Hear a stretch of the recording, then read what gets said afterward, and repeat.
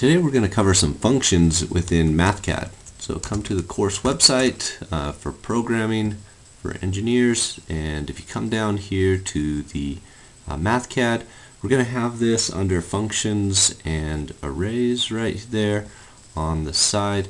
But let's go up to the homework area. Okay, so homework, and if you just scroll down to functions, arrays, and logical conditions, don't forget to download this array.txt. We're going to use that in one of our problems. Okay, so go ahead and open that. If you want to go ahead and just copy it out of there, maybe put it on your desktop or some other place that is easily accessible. Okay, and then we're going to take a look at this PDF right here for homework 19 or homework number 2 for MathCAD. Okay, so we have a vapor pressure of a substance as a function of temperature to be found from the Antoine equation. So I'll just go ahead and type in here problem 1, and then let's go ahead and we have these A, B, C coefficients, and then also temperature. So to create a new function, if I want to do f of x, for example, equals x squared, then I can evaluate that at x of 1, f of x equals 1, 2, etc. Okay, so that's basically how you create a function within MathCAD. We're going to do that. This is just a little bit more complicated. So I'm going to do psat, okay, and then I have t. I can do t, a, b, c. Okay, so I have temperature, and then my A, B, and C coefficients. Okay, then I just take the exponential of both sides, and then let's see. I want to I could have a temperature here. It needs to be in degrees Celsius. One thing I can do is just leave off the units and define it this way, or I can put some units in. Okay, so this is just going to produce a number. This is going to produce a number in kilopascals, and then if I take this and divide by Kelvin and subtract 273.15, that would be one way to put this in. So whatever temperature units you have, it'll convert it to Kelvin, and then subtract this 273.15, and then this would become Celsius right here. Okay, so I'm going to go ahead and just do that with the units, and then let's say for part B, the boiling occurs when the vapor pressure of the liquid is equal to the current atmospheric pressure. Check the Antoine coefficients for water and boiling temperature of water at 1 atmosphere. To verify this fact, the Antoine coefficients are there. So let's go ahead and just type this in, psat. Okay, and then I had temperature, and that should be 100 degrees Celsius, and then I can just plug in these coefficients. Okay, and the final one, 230.170. Okay, now this one has to have units. Okay, so this one now I can just go ahead and put it in 373.15 Kelvin. Okay, and then if I want to convert this to atmospheres, I just take that black box and type ATM. So that shows me that I have, the vapor pressure is going to be equal to 1 atmosphere, and verifies that the boiling temperature of water is at 373.15 Kelvin, or 100 degrees Celsius. Okay, let's go on to part C. We have acetone now, so this is just a different compound, and we want to know if it's warmed by the sun up to 122 degrees Fahrenheit, would the acetone boil? Okay. Okay, so let's go ahead and check this out. We'll go ahead and just put in the new coefficients here. I could put, use the units here and go down to temperature. Okay, let me go ahead and put in temperature, and I'll do degrees Fahrenheit, 122 degrees Fahrenheit, And then let's see, 14.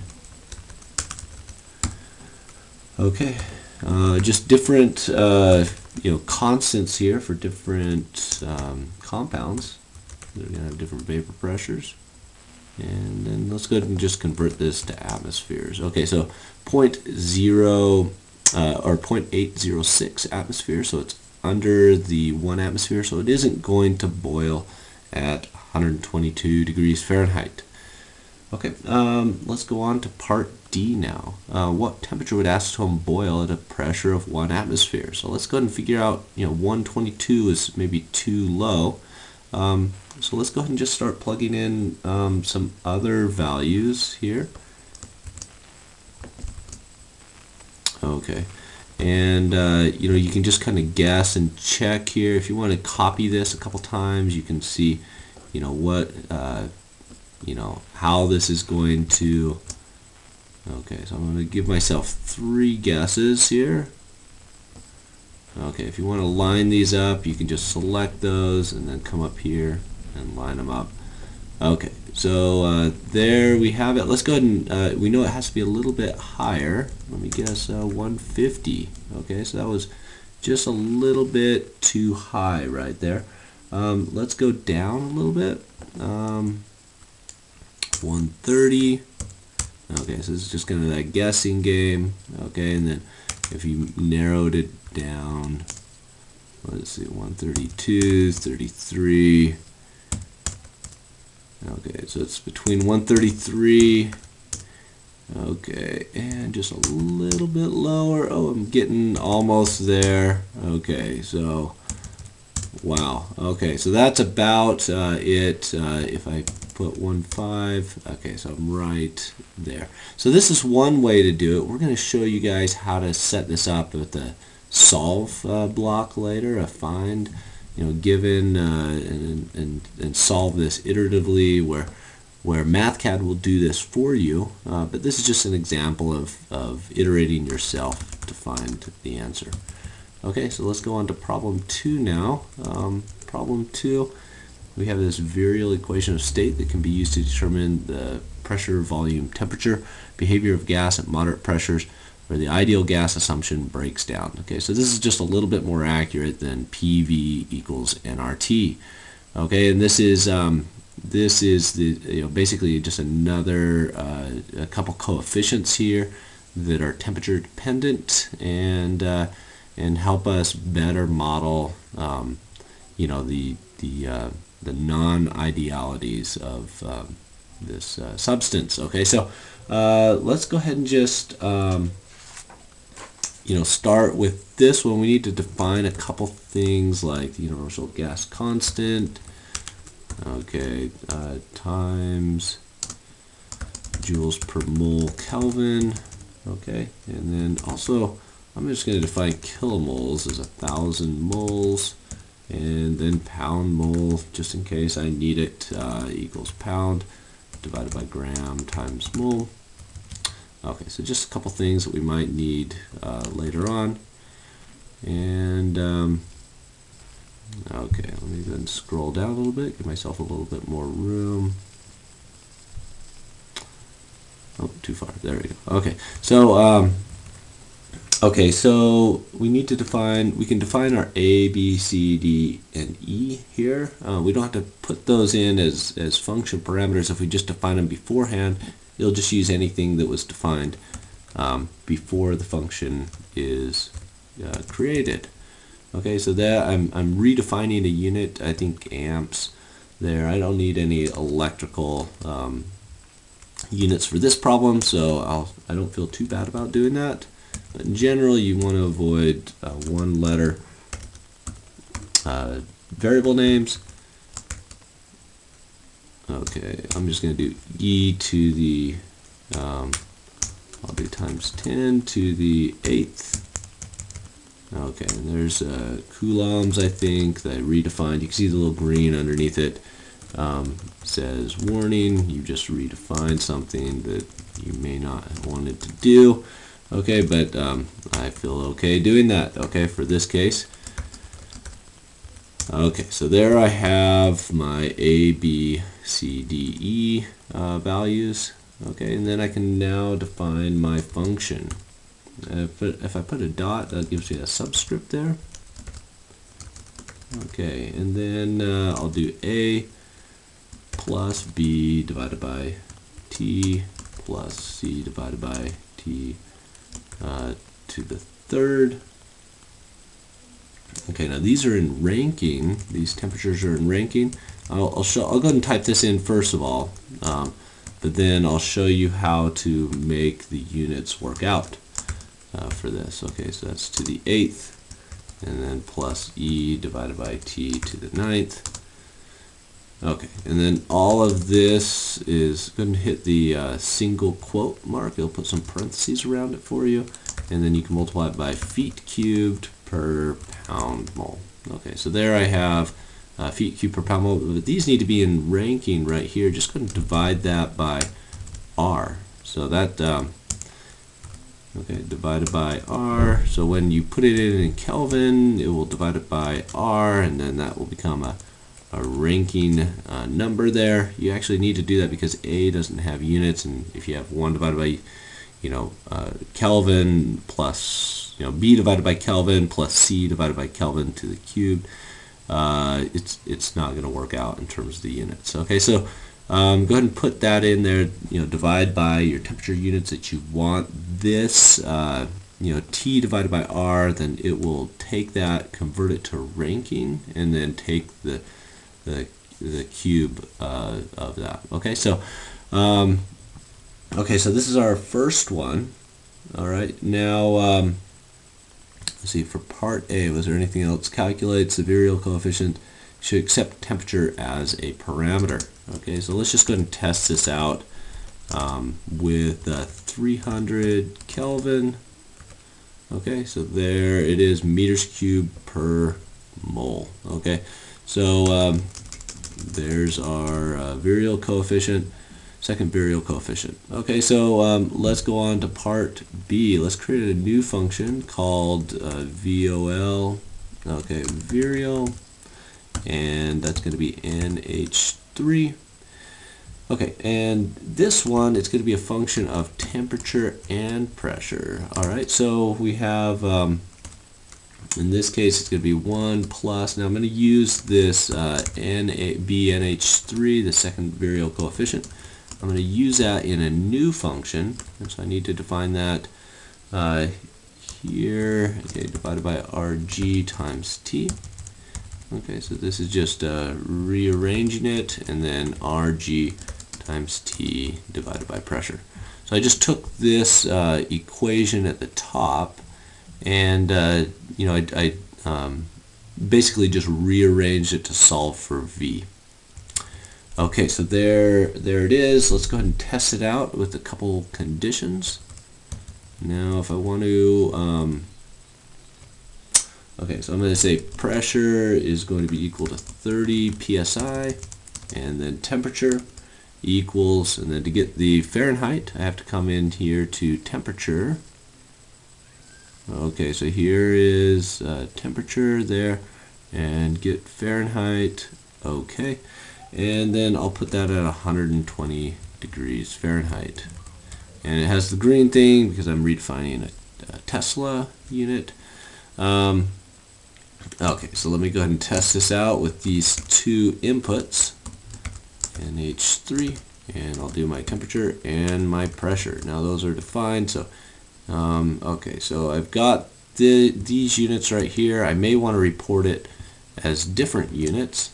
Okay, so I might have to come in here and change this into foot cube per pound mole. Alright, so there it is. I've got problem 2, part C. Okay, so this next one, let's see, is in order to demonstrate your understanding of the concept discussed in the class, create a simple homework problem. The solution requires using the if function. Okay, so so basically just write a problem, show the if function. Okay, so come in here to problem 3. Okay, and then what you want to do for the if, is let's see, x equals, you want to add a line here to the programming, okay, and then you can do things like add an if statement. So anyway, so go ahead and work that out, play around with the different if statements. You have some programming here, you add lines, then add these statements that are common to program. This one, it isn't, it's a little bit non-intuitive in MathCAD, just work, try to play around with it, see if you can get something to work for that. Okay, let's go on to problem 4. Okay, so input the following vectors and matrices.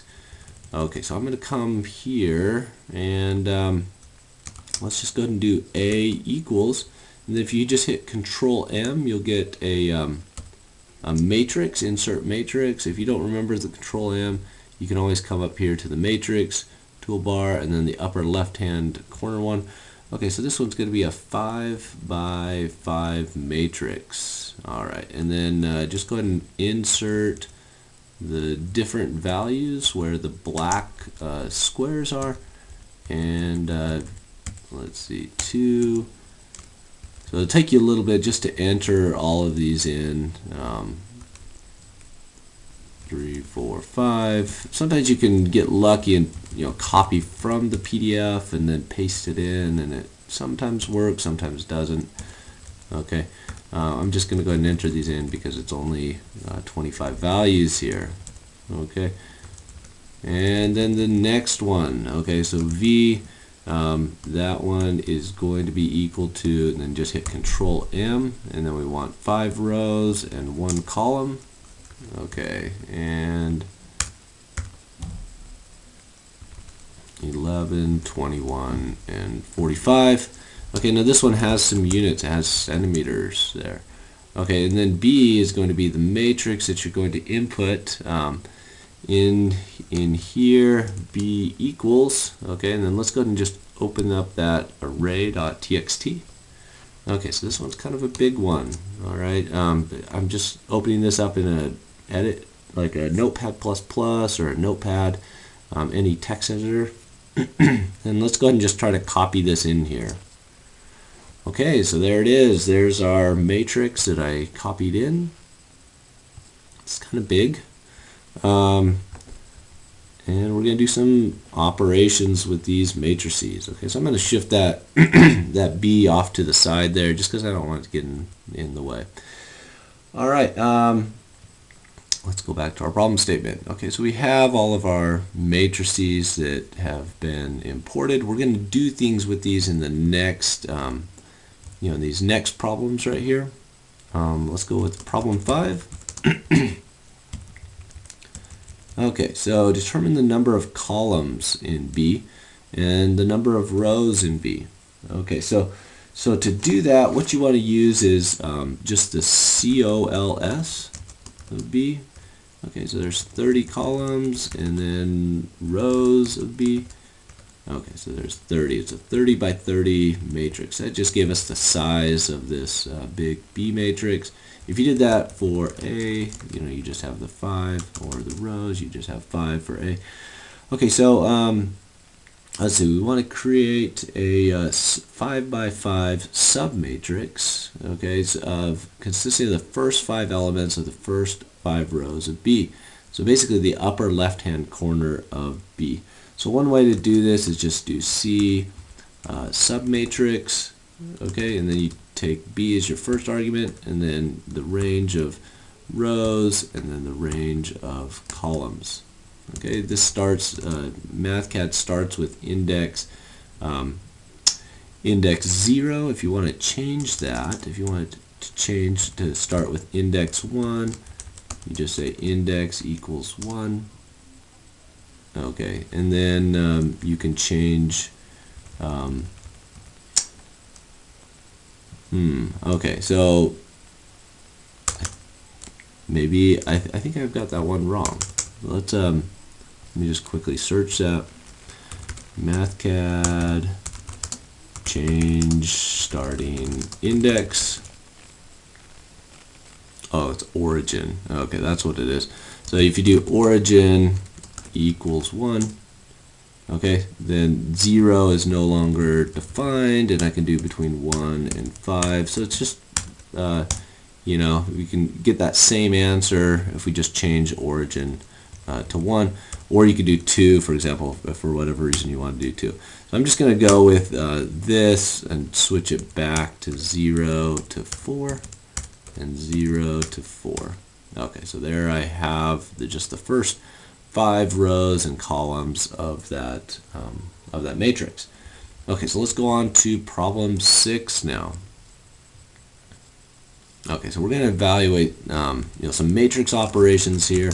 Problem 6, and let's just first of all evaluate 5 times A is going to multiply all the elements of A by 5 minus 4 times C, and then divide all of those elements by 3. Okay, so there is problem 6. A. Okay, so just a couple others. You know, we're just going to do A times C minus 50. Okay, so there's another one. If you want to format it, you know, you can do decimal, for example, instead of this exponential. Okay, so you can format the output of the matrices. Let's go on to find the inverse of C. Okay, so C inverse.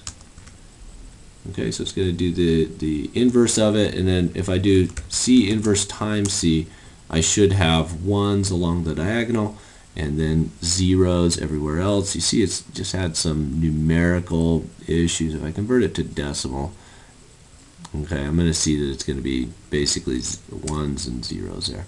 Okay, so there I just verified that, you know, the inverse worked correctly.